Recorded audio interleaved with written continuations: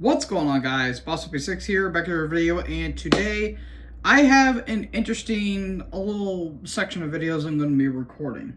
This is going to be one of 3 videos that I'm recording on today's date. That is the 1st of February. So by the time you see some of these videos that are released, they're going to be on the same day, but I'm going to upload them on a different day. So I'm going to upload a video tomorrow, but it's going to be today, and then I'm going to be doing one on Monday that's going to be on Saturday.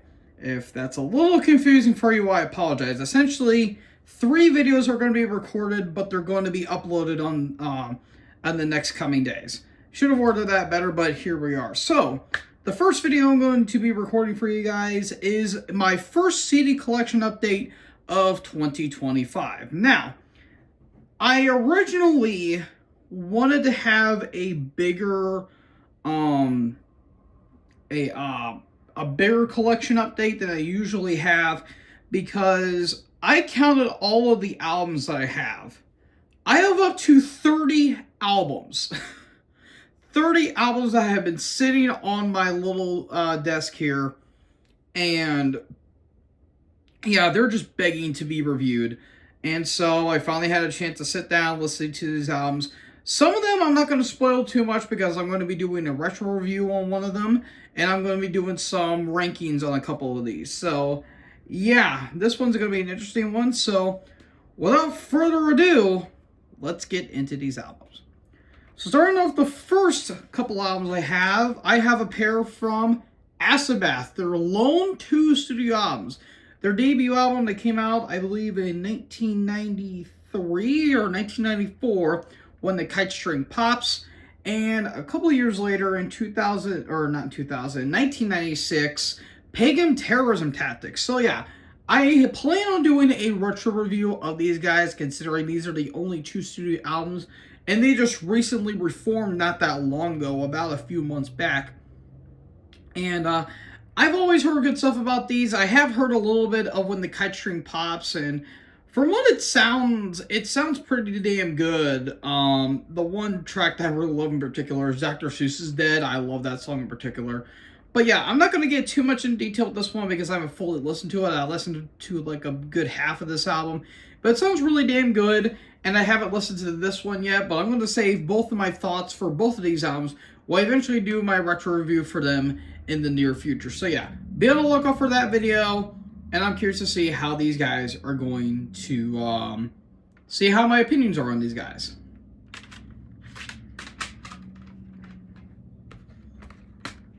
Alice in Chains, Self-Titled, or the Tripod album, the Dog album, whichever way you want to interpret it. This is the 3rd studio offering from the Seattle grunge legends, or veterans if you want to. I've said it before and I'll say it again, Alice in Chains was never grunge to me. The vocals sound like they're grunge, but in reality, musically, this is a doom metal band. And talk about dark. This is a very, very, very dark album. It's weird, because look at the back of that, and look at the front. Yeah, you could tell that, this album is, this album is weird. It's very, very, very, very odd. It's dark because, again, this was released at a pretty bad period in the band's career, mainly Layne Staley, who was going through drugs at the time. Yeah, it's very dark. It's gloomy.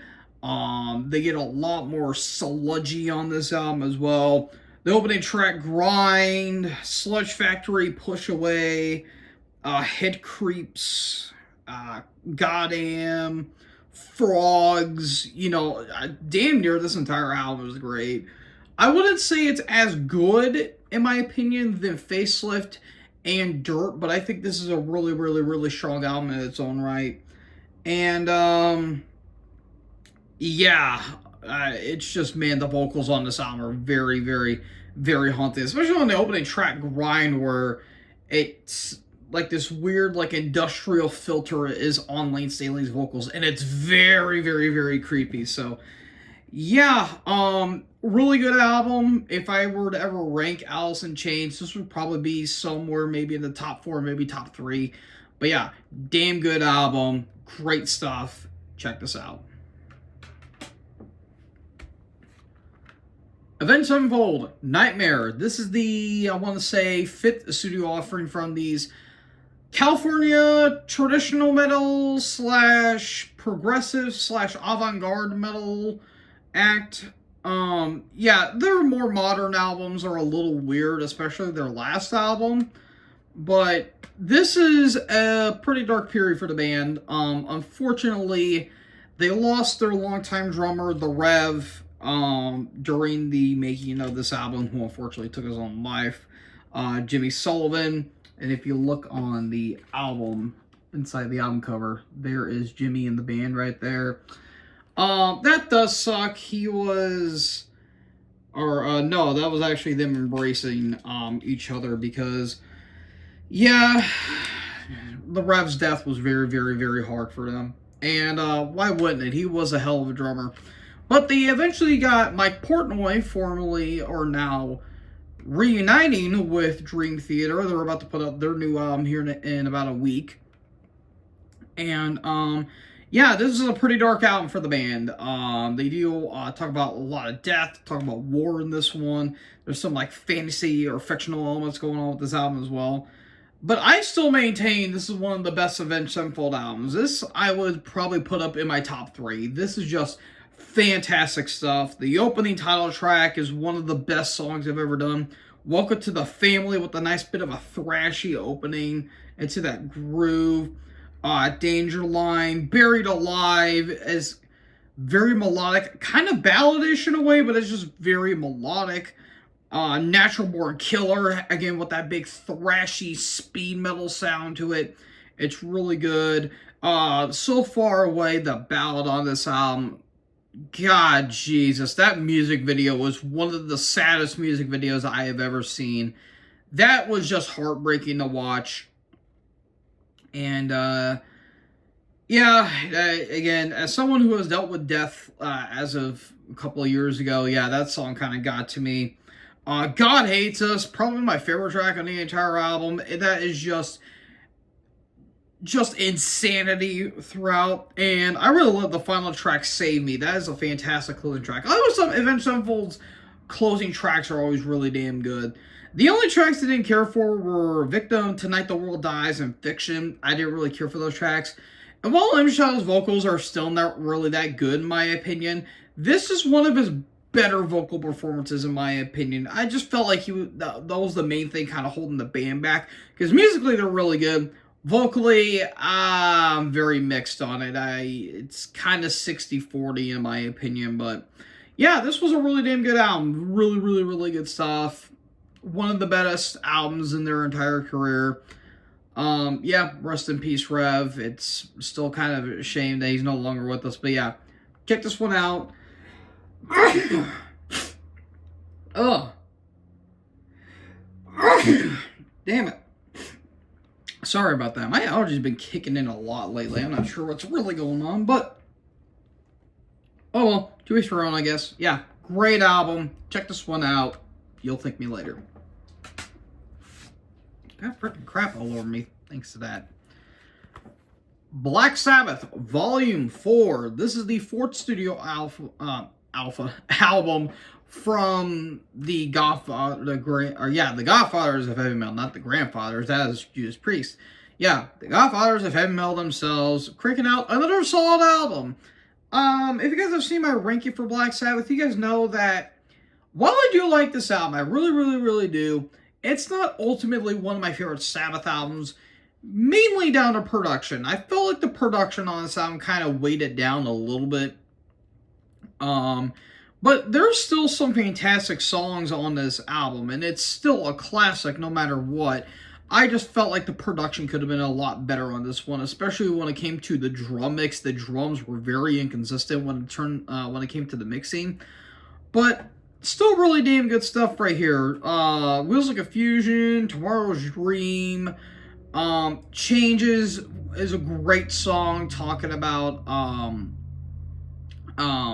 Bill Ward's divorce, which is really nice. Supernaut, one of my favorite Sabbath songs. Snowblind, which was the original title for this album.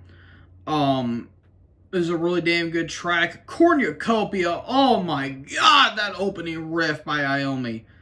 God, Jesus, that opening riff is just evil sounding. And Under the Sun, one of the best album closures they've ever done. That is just a doom metal Goliath. And this, I believe, is the 2016 remaster. But the drum production still kind of sucks in my opinion. But actually, a little bit of a fun fact for this album. This was originally supposed to be titled Snowblind. And, in case you can't tell who that is on the album cover, that is actually Bill Ward. Because at this point in their career, they were staying at DuPont, or John DuPont? Yeah, John DuPont of DuPont Paint. And everyone was, snorting coke and, getting drunk and everything like that. Well, the guys decided to pull a prank on Bill Ward, who was knocked out. He was flat out drunk. And they decided to gold spray paint his entire body. And this was this is how it turned out, I believe. And they didn't realize that all the toxic chemicals were actually killing him, and they had to send him to the hospital. Good job, boys. Good job. Thankfully, that would never happen on our Sabbath album. Wait, I'll talk about that when I talk about Ancient War or Eternal Idol next time. But yeah, still a classic. Not one of my favorites, but still a big recommendation. Alright, the next two I have are from Florida Death Metal Legends. Cannibal Corpse, their fourth studio offering, let me think. Yeah, their fourth studio offering, 1994's The Bleeding. And I believe this is their, I think their 10th studio offering. 9th or 10th album, Killed. It came out in 2006. I'm going to be ranking Cannibal Corpse when I eventually get to the death metal ranking, which is going to be very interesting because I hear they release nothing but classic albums. So, not going to give my thought too much on this one. I will say both of these are absolute bangers. Both are great albums.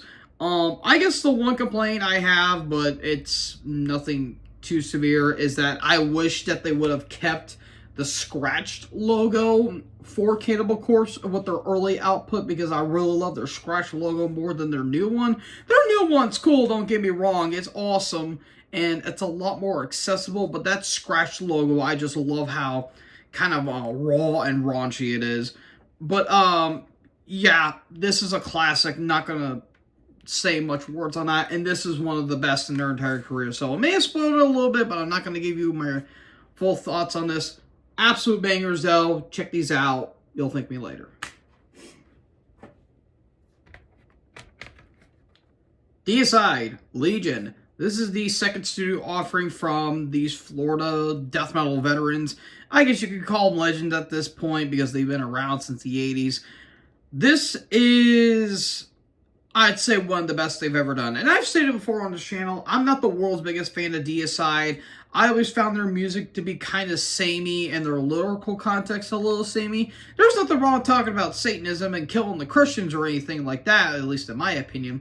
But when you do it for a certain amount of time and there's not a lot of variety, it kind of gets a little bit tiresome. But this is when the band was going full force on that. And while I have appreciated some albums, I thought their last album, Crappy Album Artwork Notwithstanding, was an absolute banger, and I forgot to put it on my top 35 albums of 2024 list. That was still a really damn good album, and I thought Scars of the Crucifix was solid for what it is. But this is when they were firing on all cylinders here, and my god, the riffs on this album are absolutely fantastic.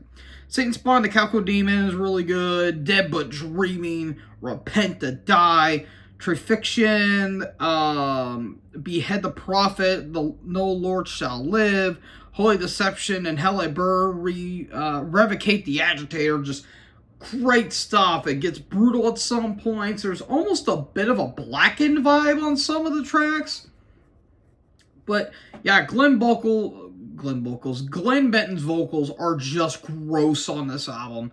And, yeah, this is really damn good stuff. I'm not sure what I'm guessing that's supposed to take the pentagram, but I don't really know at this point. But, yeah, this is a killer album. Absolutely fantastic stuff. One of the better death metal albums come out of the 90s. And I give it a recommendation. Check this one out.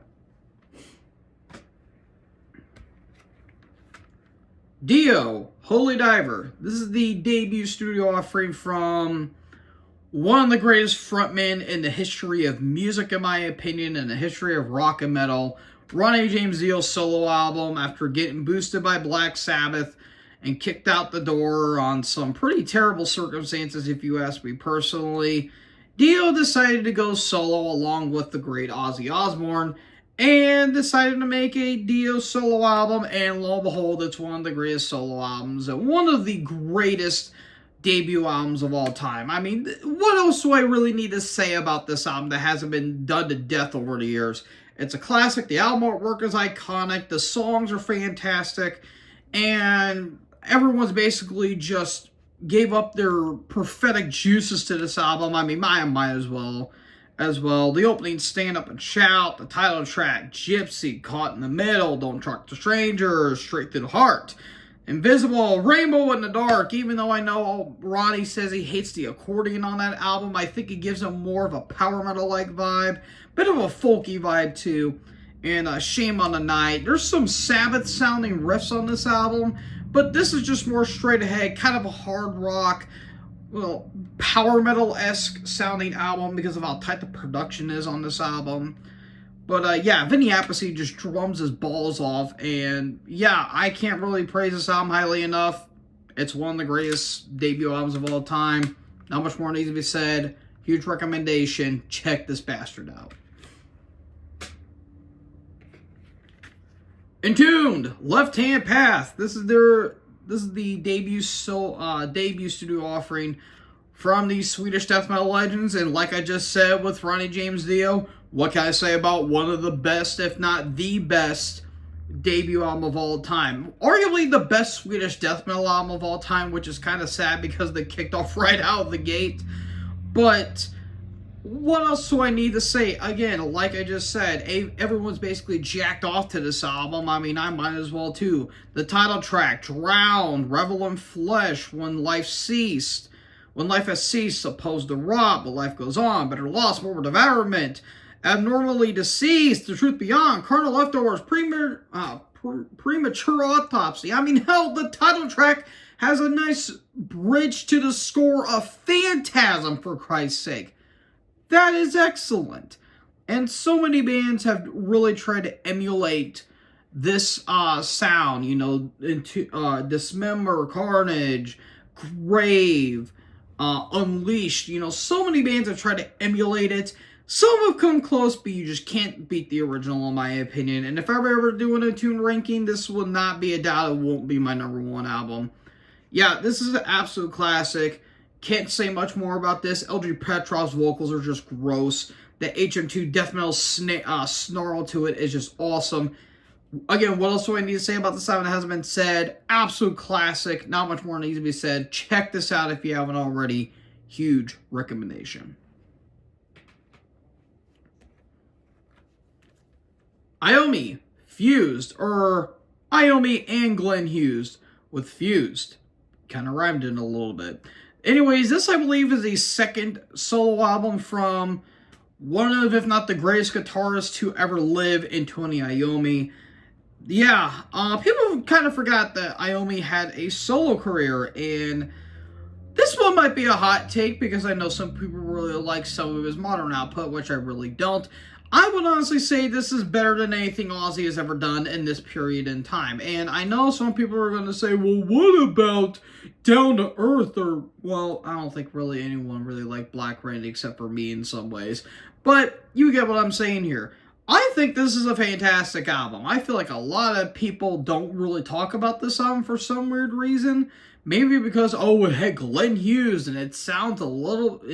Whenever somebody thinks of Iommi and Glenn Hughes, they immediately piss their panties about the whole 7 Star debacle. I don't care what anyone says. I love that album. I think that was a great album.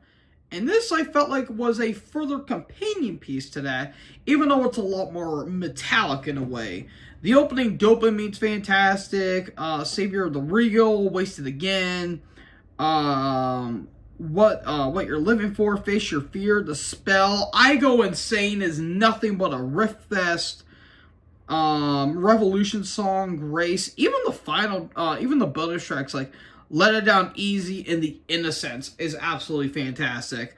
Iommi sounds fantastic. I think the drums do sound a little bit too upped in the mix, in my opinion. They could have toned it down just a little bit, in my opinion. But yeah, great stuff all around. Glenn still sounds pretty damn good, even though there are times where he kind of strains his vocals just a hair, at least in my honest opinion. But that's nothing really much of an issue, in my opinion. This is a fantastic album. Absolutely great stuff right here. If you want to know what Iommi and the boys were doing in the 2000s, this is what they were doing. And guess what? It kicks a lot of ass because it's Tony Iommi. Do I really need to say anything else about that? Great stuff. Banger of an album. Check this out. Alright, and the final 3 albums are actually part of 5 albums from a band, from this band in particular. And, well, it's all Iron Maiden. I have their self-titled debut that came out in 1980. This is the 2015 remaster. I have Seventh Son of a Seventh Son that came out in 1988. This is also the 2015 remaster. And the final one I'm going to be talking about is No Prayer for the Dying that came out in 1990. That is also a 2015 remaster. And the other 2 I'm going to be talking about when eventually I would get to the other part of that collection update. But let's start with the self-titled album. It came out in 1980. It's the one that started all for the Maiden, the one that featured the late, great Paul Di'Anno and also the late, great Clyde Burr on drums and vocals, respectfully. Yeah, this was produced by Will Lamone, who really didn't give a damn about the mix. And they wouldn't get Martin Birch until Killers, that came out a year later. And a lot of people tend to crap on this album because it's not really a Maiden album. I disagree. I actually really do like this album. There's a little more of a punky flair to some of the tracks, like Running Free, and especially Charlotte the Harlot, and Iron Maiden, especially the title track. But you got some fantastic stuff, like the opening Prowler. Remember Tomorrow is such a haunting, haunting ballad. Love that track. Phantom of the Opera is great. Transylvania, Strange World. Great stuff. Again, it's only, 8 tracks, and they all kick a lot of ass, and guess what? They don't waste your time with pretentious 8-minute songs. Jesus, I want to like Maiden, but stuff like that pisses me off to no end. So, yeah, this was a really damn good album. I ranked it, I think, a little bit somewhere toward the middle, I believe. And there's the boys right there. Look at them. Look at those distinguished gentlemen, we'll just call them that for now on. But yeah, I actually really did like this album. I thought this was a very damn good album. Again, really good introduction to the band. Even though if you really want to get in the Maiden, I would highly recommend Killers. That is a fantastic follow-up to the self-titled debut. But this was really damn good too. I don't know why a lot of people aren't too big on this album. I am personally really, really, really dug this. Give it a listen, and you wouldn't be disappointed. Well, speaking of disappointments, 1988, Seventh Son of a Seventh Son. Their 7th studio offering. I want to like this album. I really do, because I love Somewhere in Time. That is one of the best Maiden albums. That was my number 2 Maiden album behind Power Slave. And when I got to this album, I know a lot of people dug this album. I personally didn't. Don't get me wrong, there's some damn good tracks in here. Moonchild, The Evil That Men Do, and Only the Good Die Young. Great songs. Fantastic songs. Not going to take anything away from that. Every other track I am not a fan of. Infinite Dreams is boring. The Prophecy's forgettable. And along with The Clairvoyant, I honestly forgot those songs happened. But the 2 songs that, honest to God, irked me with how unbelievably annoying that they were was Can I Play With Madness and the title track. Can I Play With Madness sounds like a terrible Ronnie James Dio song because it's like got this weird poppy and folky like kind of tone to it, and it just doesn't do anything for me. Like, the lyrics are very dumb. It's a very, very dumb song. And with the title track, it is just a slug to get through. And it's got a very repetitive chorus that I just cannot get into. And while I appreciate the synths on the album prior to this, they go a little too far with the synths. This is more synth-driven than guitar-driven, which I was really not a big fan of personally. Again, I know this has its fans. I'm personally not one of them. Again, I wanted to like this album, but I personally could not get into it. So, if you like it, more power to you. I think it's one of their weakest albums, in my opinion. Highly, highly disappointed, but I mean, again, if you like it, more power to you. Not for me. And then your final album I'm going to be talking about is No Prayer for the Dying, that came out in 1990. This one gets a lot of hate, and I mean a lot of hate from the Maiden fans, and some of it I get. I get a good chunk of the criticism here. The production's pretty flat, the songs really aren't that memorable, and it's kind of a bleh album and a massive step down from the album prior. I will, however, disagree with a couple of those remarks.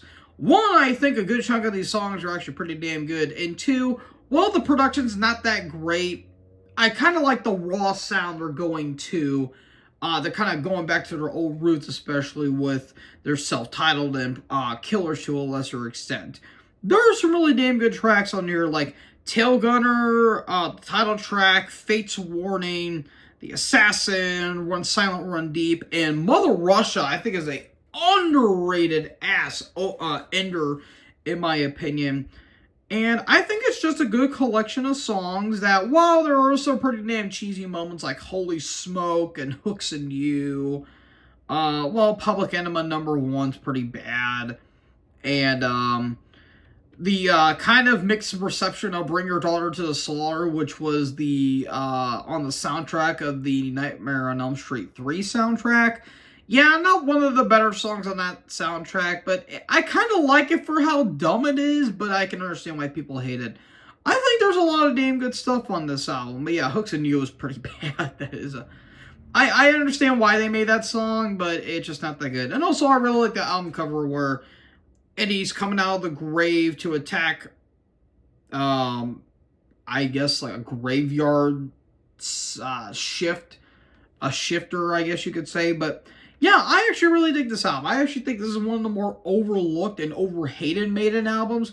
While I don't think it's quite as underrated as Fear of the Dark, I will say this is a surefire contender for second most underrated Maiden album of all time. So yeah, really dug this album. Again, not one of the better Maiden albums, but I do think it's a step up over Seventh Son of a Seventh Son. So overall, give it a listen, form your own opinion. I do give this recommendation. And with that, folks, that concludes one of 3 videos I'm going to be recording, and I'm going to be uploading them in rapid succession. So stay tuned for the next one I'm going to be talking about here. So, what do you guys think about these albums? Let me know in the comment section below. Make sure you guys leave a like, leave a comment, tap that bigger subscribe button, and tap the bell so when I upload, you guys will be notified. Thank you guys so much for watching this video, and most importantly, join the herd. Talk in the next video. Peace out.